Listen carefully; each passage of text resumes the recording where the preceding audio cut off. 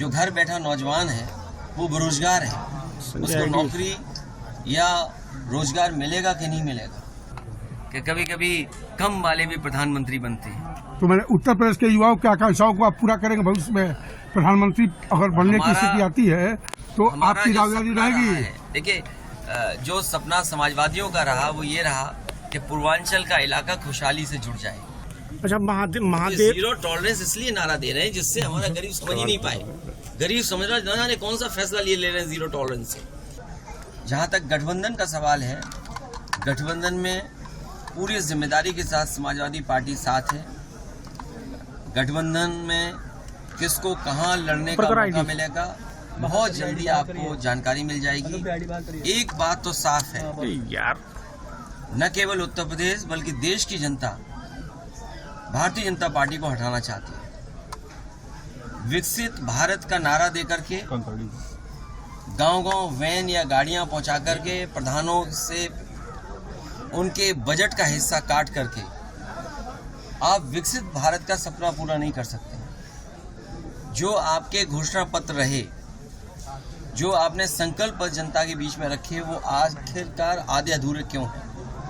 अगर विकसित भारत बने, क्या हमारे किसान की आय दोगुनी नहीं होगी? बीजेपी के नेतृत्व जो शहीद हुए उनके घर नहीं गए, वहां गए जो सिविलियंस मारे गए थे।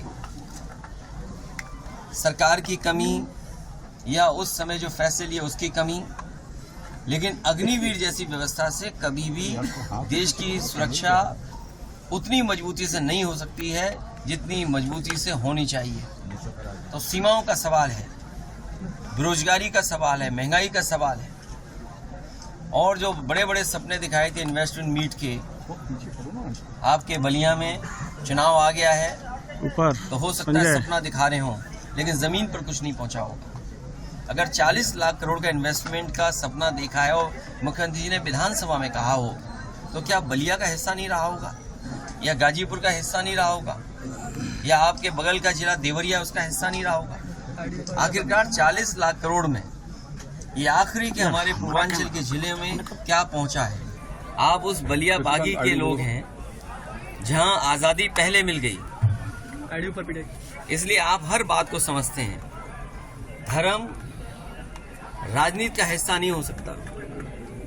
भारतीय जनता पार्टी को आय दोगुनी हुई कि नहीं हुई, किसान को नौकरी रोजगार मिला कि नहीं मिला, उन सवालों का जवाब देना पड़ेगा, और उन सवालों का जवाब नहीं है, इसीलिए भारतीय जनता पार्टी धर्म के पीछे छिप जाती है। अच्छा, अध्यक्ष जी, आप इंडिया गठबंधन के प्रमुख घटक हैं और उत्तर प्रदेश के मुख्यमंत्री रहे हैं, सबसे बड़े राज्य के आप सबसे बड़े नेता हैं। आप 40 सीट 48 सीट वाले लोकसभा क्षेत्र के लोग जो है मांग कर रहे कि इनको प्रधानमंत्री बनाया जाए, इनको सहयोग मांगे, और 80 सीट वाले होने के बाद भी जब प्रधानमंत्री बनने की बात आती है या सहयोग बनने की बात आती है तो आप जो है शांत हो जाते हैं, कुछ बोलते नहीं हैं। मुझे अपने इस पत्रकार का धन्यवाद देना चाहिए। हमारे लिए मुख्य है कि बीजेपी हारे, सवाल ये नहीं कि कौन किस पद पर बैठेगा।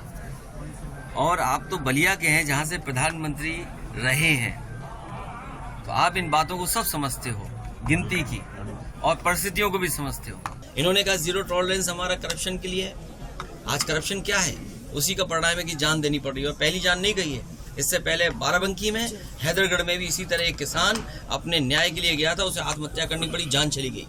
कभी मुख्यमंत्री आवास में इतने लोगों ने आत्महत्या नहीं की होगी। कई बेटियां न्याय के लिए आई और मुख्यमंत्री आवास के सामने आत्मदाह किया, उनकी जान नहीं बची, चली गई। और मैं अपने पत्रकार साथी से कहूंगा, वो तमाम आंकड़े आप निकाल करके जनता को बताएं कम से कम कि कितनी ऐसी घटनाएं इस सरकार में हुई हैं। अच्छा सर, सत्ता पक्ष जो है लगातार विपक्ष पर भी आरोप लगा रहा है कि प्राण प्रतिष्ठा को लेकर विपक्ष जो है वो अलग अलग गलत बयान कर रहा है। तो क्या प्राण प्रतिष्ठा के दिन आप भी जाएंगे क्या अयोध्या? देखिए,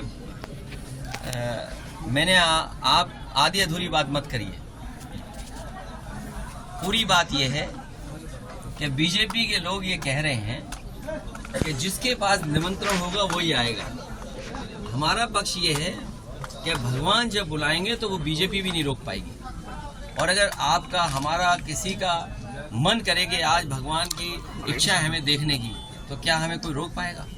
सर एक आखिरी क्वेश्चन तो सर। ये सवाल ये है कि भारतीय जनता पार्टी कैसे तय कर सकती है किसको बुलाना है किसको नहीं बुलाना है? अखिलेश जी, अच्छा, सर, एजुकेशन महादेव पे वाले बात घोटाले नहीं हो में- रही है। इसका मतलब भगवान श्री राम जी की तरफ से नहीं है बुलावा, ये भारतीय जनता पार्टी की तरफ से बुलावा। अखिलेश जी, एजुकेशन पे भगवान बात नहीं हो को रही। थोड़ा- आप थोड़ा सा एक दो- युवा नेता है और एजुकेटेड भी है, खासकर देखा जाए, लेकिन जो एजुकेशन की बात होनी चाहिए इस यूपी में, एजुकेशन की बात बिल्कुल नहीं हो रही है। जहां तक रिलीजन की बात करें या और संबंधित बातें उसकी हो रही है, ऐसा क्यों? वो बात इसलिए नहीं हो रही है क्योंकि जब मुख्यमंत्री जी खुद ही कहते हैं 46 में 56, उन्हें गिनती की जानकारी कम है। उनसे सवाल पूछो कुछ जवाब देते हैं कुछ। और प्राइमरी स्कूल आप देख लीजिए, बच्चों की संख्या कम हो गई।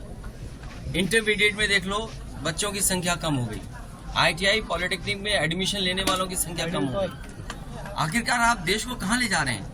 अमेजोन जैसी कंपनियां, या अमेजोन न बोलूं मैं, या जो नए तरह का व्यापार बिजनेस हो रहा है, उसमें नौकरियां रोजगार हैं। तो सरकारों को जो परिवर्तन और बदलाव लाना चाहिए वो नहीं ला रहे। वो अपने जो आइडियोलॉजी है उसके हिसाब से शिक्षा को देना चाहते हैं। अगर वो आइडियोलॉजी के हिसाब से शिक्षा दोगे तो हमारे समाज और देश का भला नहीं होगा। नौकरी रोजगार कैसे मिले उसकी अगर व्यवस्था करोगे शिक्षा उस तरह की, तो शायद नौकरी रोजगार मिलेगी। महादेव ऐप में चाहिए वो नहीं है। महादेव हमें ऐप- याद है कि पूर्व प्रधानमंत्री चंद्रशेखर जी के नाम पर यूनिवर्सिटी दी गई थी। यूनिवर्सिटी सफाई सरकार में देना शुरू हुआ। इस सरकार की जिम्मेदारी थी इस यूनिवर्सिटी को और कैसे बढ़ा किया जाए, जिसमें और नए कोर्सेज कैसे लाए जाएं, जिससे बलिया और आसपास के पूर्वांचल के नौजवानों को अच्छी एजुकेशन मिल जाती। और आज जिस एजुकेशन की जरूरत है, क्वालिटी एजुकेशन वो मिल जाती। जिस कोर्स से नौकरी रोजगार मिल जाए, उस तरह की व्यवस्था और ट्रेनिंग होती, तो शायद ये यूनिवर्सिटी न जाने कितनों के भाग्य बदल देती। अच्छा सर, लेकिन सरकार को ध्यान, सरकार को कुछ और दूसरी तरफ ले जाना है समाज को। अच्छा, महादेव ऐप में संस्कृति जो अपनाई जा रही है, जिस पर विपक्ष लगातार कटाक्ष करता रहा लोकतंत्र है, में बुलडोजर की कोई जगह नहीं है। लगातार इनकाउंटर हो रहे हैं, बुलडोजर चलाए जा रहे हैं। सर, किस तरीके से देखते बनाए हैं हुए सर इसको? संविधान की जरूरत है। महादेव ऐप में भारत में जो लोकतंत्र में है उसमें बुलडोजर की कोई जगह नहीं है। अगर उसमें कोई जगह है तो बाबा साहब भीमराव अम्बेडकर जी का दिया हुआ संविधान उसी की जगह है, उसी के तहत न्याय मिलेगा।